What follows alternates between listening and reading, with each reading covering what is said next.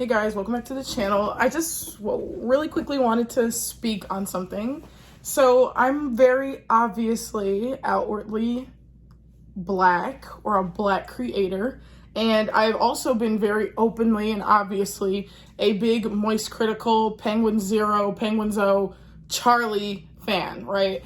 So I just thought I would put my 2 cents onto this whole idubbz situation, onto his terrible take, etc. Personally, I feel like this is something I need to do since I am so outwardly a Charlie fan. Like, I literally watch his videos every single day and multiple times a day because he posts multiple times a day. And, you know, I like to watch him while I'm eating. I like to watch him while I'm doing laundry, anything. I watch his streams. I am a big Charlie fan. Nothing can really prepare a black fan for hearing a white creator tell another white creator that he doesn't need to apologize to any community, which the apology is for communities that Charlie himself is not a part of. He's not a part of any single community that was harmed by idubbz's content. Now, I wasn't on YouTube that much in 2016. In 2016, I was 16 years old. I wasn't on YouTube like that. I wasn't watching videos like that in 2016. The only content I would really watch was the Key of Awesome song parody videos and music videos. That is the extent to my YouTube entertainment. Music videos and the Key of Awesome parody song videos. That is what I would watch in 2016. But that doesn't remove me from the impact of content like idubbz's.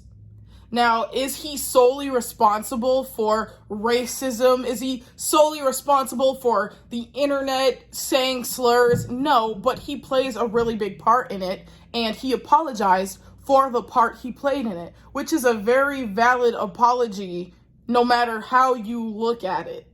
Moist Critical Charlie compares his content to killing babies.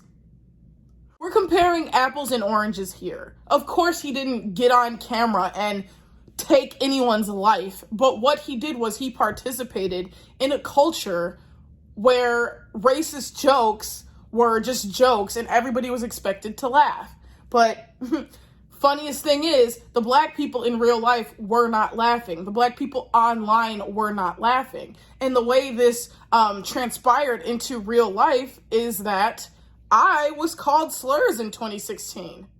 And I was told some of the same talking points that idubbz uses. If black people can say it, why can't I say it?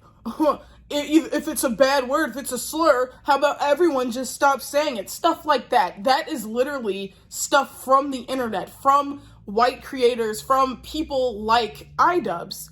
And he apologized for his part that he played in that, which I thought was a very valid apology. Now, I did not watch idubbz. I did not know of idubbz until his apology. But that doesn't mean that I didn't feel the effects of content like his. Like, his videos have 30 million views on them. And to normalize saying slurs like the N-word and whatnot has ripple effects that affect people in the real world. In 2016, I was called slurs relentlessly. And I was told that, okay, well, slavery's over, so this slur means something new now. Okay, why does this word hurt you so much if slavery is over? Stuff like that. Like, there was always some excuse. It couldn't just be, hey, I don't want to hear that word. Hey, cool, you have your joke or whatever, but I don't want to hear that word. It could never be that. It was always, I have a right to say this. I'm saying this as a joke. This is funny. I can say this. And then the same old talking points would come up. Stuff that is in idubbz's videos. Either one slur, either they're all bad or none of them are bad. You know, stuff like that. That was said over and over and over to me growing up in high school. 2016. I had to live through that. And I feel like idubbz coming and saying, oh, I'm sorry, I shouldn't have, participated in this. I want to apologize to the black community and the communities that I hurt. You know, he would say the F slur as well. So, like, he apologized to the communities he hurt. And Charlie, from what we know, is a straight, white, neurotypical man, from what we know. I could be wrong. But from how he presents himself, he's straight, white, cis, and neurotypical. So I'm just confused on what front does he think he has the wherewithal to say somebody can't apologize, or say somebody is wrong for apologizing, or say somebody's apology isn't needed. I watched Charlie's follow-up video, Huge L Take or whatever. I also watched Cat Black's video on this, and I also watched D'Angelo Wallace's video on this. And I felt like, okay, I think I do need to say something as a Black woman who's also a fan of Charlie. I think I do need to say something. Because I'm not gonna lie, it was kind of weird for me watching his videos today, because why should he just get to go back to posting as normal? Why should he get to go back to business as usual? That kind of ticks me off a little bit. Here you are. You're not in any of these groups that has been affected by content like idubbz is. Not saying he's solely responsible, because he's not. But he played a part in it. Okay? Okay? He played a part in it. So that's why he's apologizing. And that's why it's a valid apology. Okay?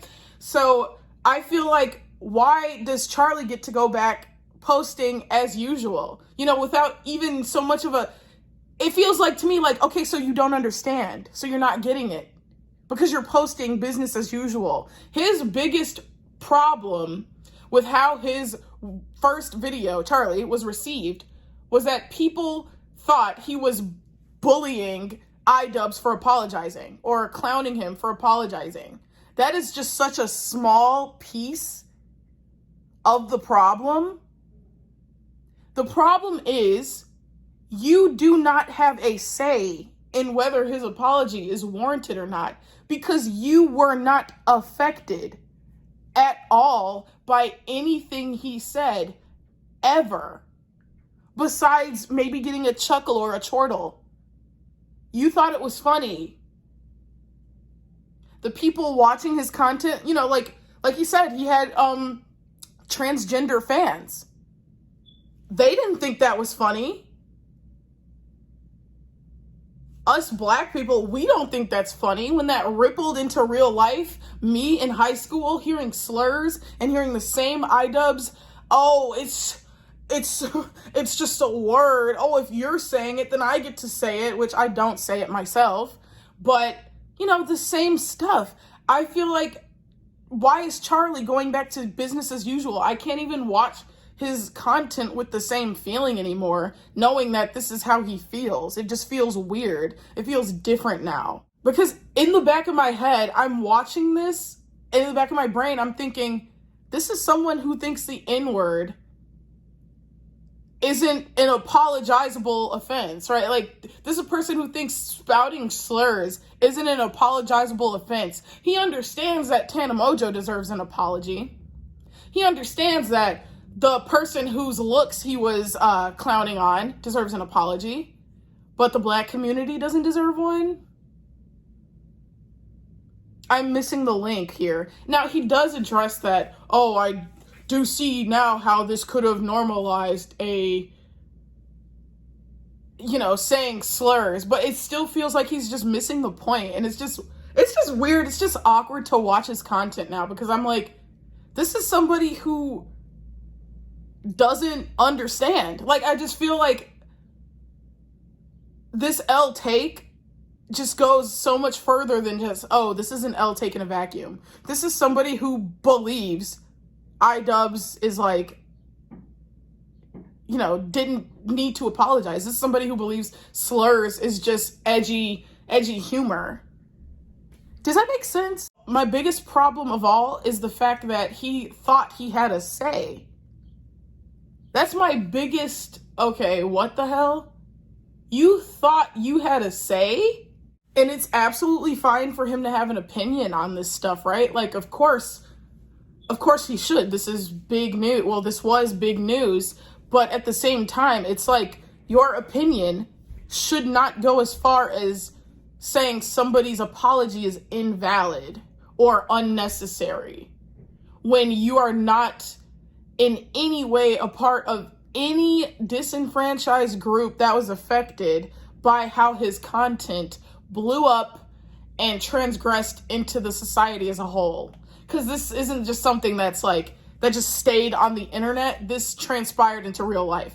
Like, this had ripple effects in real life, such as me being called slurs at the bus stop in high school, me being called slurs in the hallway, the N-word being normalized, people thinking they can just say it and like use some of his talking points, idubbz, to be like, oh, well, you know, like I mentioned before, I'm not gonna keep repeating myself, but that's just all. I just feel weird watching Moist Critical now. I just really do feel weird, because why is he going back to business as usual?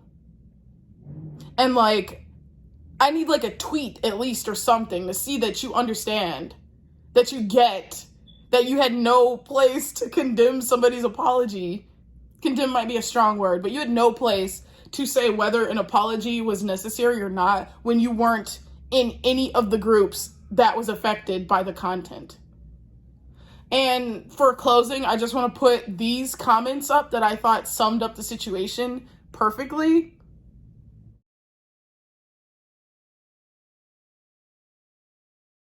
And that's all for this video. Thank you so much for watching. Blah, blah, blah, blah. I do have regular content coming up.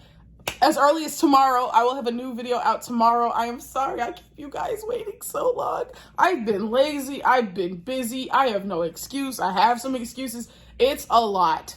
But also, before leaving, I do want to say that I'm kind of scared. I don't really think I am prepared for Moist Critical's Attack on Titan ending opinion anymore. I don't think,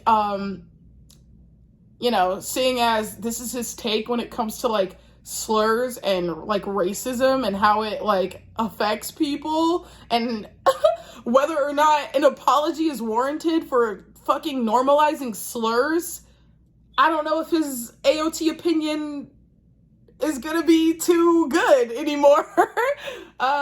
I was always kind of skeptical, but now I'm like even more skeptical. I'm actually pretty scared. I feel haunted, honestly. Anyways, that is it for me. Come back tomorrow for a new video. And yes, it will be Attack on Titan related. And thank you. Bye.